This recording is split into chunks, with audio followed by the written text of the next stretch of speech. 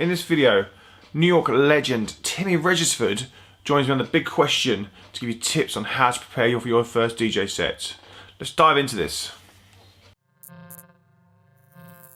Hey, it's Grahame from Deck Transmission and welcome to the big question series this week. I've got a very special guest, Mr. Timmy Regisford. He's a New York legend. It's been about 8 years since his last album. He's just dropped an incredible new album. Massive expanse of music. I've played it. It's incredible.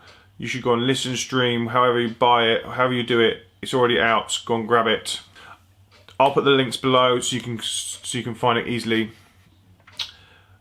Timmy's been around the scene for a long, long time, and I'm very lucky to have him on the Big Questions Day.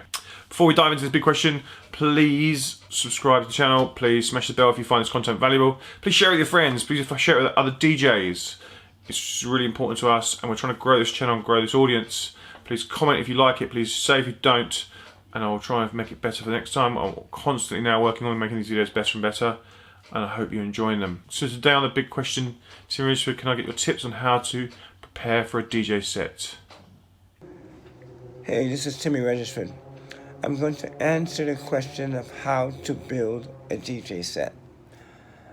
I don't think there's any written script about how to do something.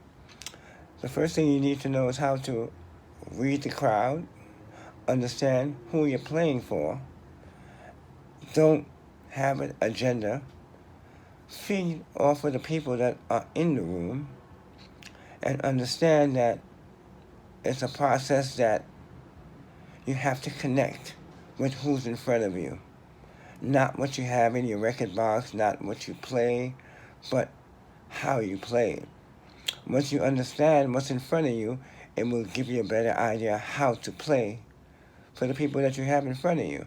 So there can't be a written agenda of how to go into a set. It's for you to do the homework of the people that are around you. Preparing all your music, whatever genre it is understanding the people that you're playing for first.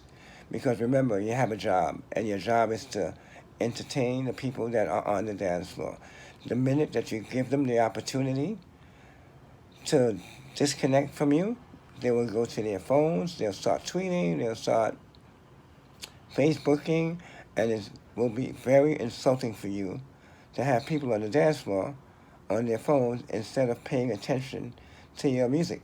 So engage to the crowd, know who you have in front of you, and try not to give them a reason to breathe. Let them concentrate on what it is that you're doing. Try to connect with them and take their energy into your place.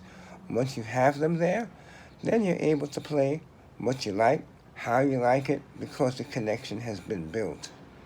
It doesn't happen in 15 minutes, so I think that preparing yourself is understanding the crowd that you're playing for. And hopefully you're playing more than 2 hours, because sometimes it takes that long just to connect with the people on the floor.